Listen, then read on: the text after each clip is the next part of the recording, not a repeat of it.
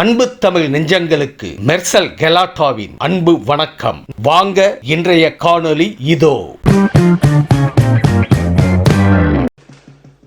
உறுப்பினர் பேசுகிற போது மாண்பு முதலமைச்சர் வெளியே சென்று விட்டார் என்று சொன்னார்கள். மாண்பு முதலமைச்சர் அவர்கள் அலுவலக அறையில் உட்கார்ந்து கொண்டு ஏற்கனவே ஒப்புக்கொள்ளப்பட்ட சில பணிகளை அங்கே மேற்கொண்டு நாம் என்ன பேசுகிறோம், நடவடிக்கை எப்படி நடந்து கொண்டிருக்கின்ற பேரவையில் பார்த்து கொண்டுதான் இருக்கின்றார்கள், கவனித்து கொண்டுதான் இருக்கின்றார். உரிய நடவடிக்கை எடுப்பார்கள். அதே போன்று அவருடைய அறையில் கோப்புகள் தேங்கி கிடக்கிறது என்ற செய்தியும் சொல்லி எனக்கு உடனே தகவல் தெரிவித்தார்கள்.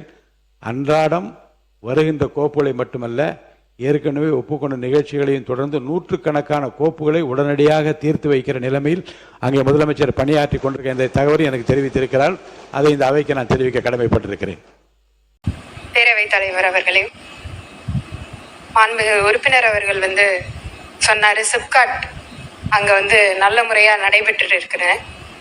நாங்க சிப்காட் ரிவைவல் மிஷன் அப்படின்னு சொல்லி ஒவ்வொரு மாவட்டத்திலையும் சிப்காட்டை ஆய்வு பண்ணிட்டு இருக்கோம்.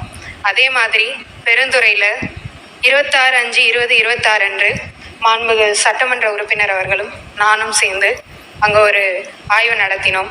அவர் சொன்ன மாதிரியான எந்த விதமான பெரிய மாற்றங்கள் எதுவும் நான் பார்க்கவே இல்லை. ஏன் அப்படின்னா, சொல்லிடுறேன் பேசி முடிச்சது. அதுக்கப்புறம் தொழில் பூங்கா 1097.86 ஏக்கர்ல ஆரம்பிச்சிருக்காங்க. பல வருடங்கள் ஆயிருக்கு. அங்க 4 கம்பெனி மட்டும்தான் இன்னைக்கு வர நடத்திட்டு இருக்காங்க. அதுல 32 தொழிற்சாலைகள் அமைப்பதற்கான மனைகள் இப்ப ஒதுக்கீடு செய்யப்பட்டிருக்கு.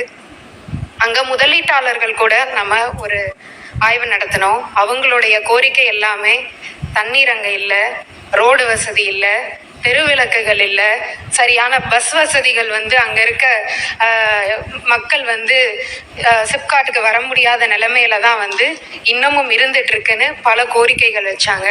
அதுக்கேத்த மாதிரி ஆய்வு நடத்தின உடனேயே நீர் வழங்குறதுக்காக 1/6/2026 காவிரி நீர் வழங்கல் திட்டத்தின் மூலமா நம்ம சோதனை ஓட்டம் செஞ்சு அதுல கண்டறியப்பட்ட குறைகள்லாம் திருத்தி 7/6/2026 நிலம் ஒதுக்கீடு செய்யப்பட்ட அனைவருக்கும் நீர் வழங்கியிருக்கோம். இதுல 2வது முறையா TNPL மூலமா நீர் வழங்குதல் திட்டமும் செயல்படுத்தப்பட்டிருக்கு.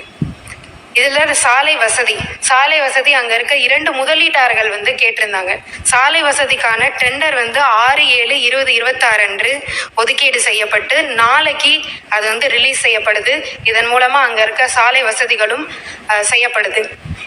இது மட்டும் இல்லாம அங்க இருக்க தெருவிளக்குகளும் இதே ஒதுக்கீட்டுல செய்ய போறோம். பேரவையின் அனுமதியுடன் அலுவல் நேரம் நீட்டிக்கப்படுகிறது. மாண்புமிகு அமைச்சர் பேசலாம். இதை தவிர அங்க இருக்க ஒரு பெப்சிகோ நிறுவனம் பல ஆண்டுகளா டிடிசிபி அனுமதி இல்லாம இருந்துட்டு இருந்துச்சு. அவங்களுக்கு உடனடியா நம்ம இன்னைக்கு பண்ணி கொடுத்துருக்கோம். இதை தவிர பேருந்து வசதி இல்லை அப்படின்னு சொல்லி பொதுமக்களும் கேட்டிருந்தாங்க. சிப்காட்டுக்கு வரவே முடியல அப்படின்னு சொல்லி. அப்பதான் லோக்கல்ல இருக்க ஜாப் ஆப்பர்ச்சுனிட்டி அதிகமாகும். அதுக்கான வசதிகளும் ஏற்படுத்தி தருவதற்காக TNSTCக்கு கடிதம் எழுதி அதுக்கான சேவைகளும் நம்ம இப்ப தொடங்கி இருக்கோம். இதை தவிர அங்க இருக்க CCTV கேமராவே கிடையாது. அதுக்கான வசதிகளும் ஏற்படுத்தியிருக்கோம். இதை விட என்ன இதுன்னு பாத்தீங்கன்னா, அங்க துணை மின் நிலையமே கிடையாது. எலக்ட்ரிசிட்டி அங்க இருக்க தொழில் முதலீட்டாளர்கள் கேட்கறது எல்லாமே துணை மின் நிலையம். அதாவது எலக்ட்ரிசிட்டி இல்லாம எப்படி ஒரு தொழில் நம்ம ஆரம்பிக்க முடியும்?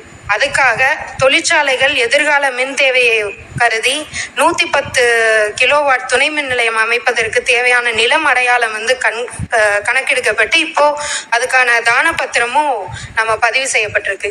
இத்தனை குறைகளும் இருக்கிற ஒரு சிப்காட் அது. நீங்க மணப்பாறை இது இங்க மட்டும் கிடையாது, பல இடத்துல சிப்காட் இதே நிலைமையில தான் இருக்கு. போய் பாத்தீங்கன்னா பொட்டல் காடா தான் இருக்கு. நிலம் மட்டும் வாங்கி ஒதுக்கீடு வச்சிருக்காங்க. ஆனா இங்க தொழில்கள் எதுவுமே இன்னும் வரவே இல்லை. இங்க இருக்க சட்டமன்ற உறுப்பினர், நம்ம தர்மபுரியில இருக்கிற சட்டமன்ற உறுப்பினர் அவர்களே அதை ஏத்துப்பாங்க.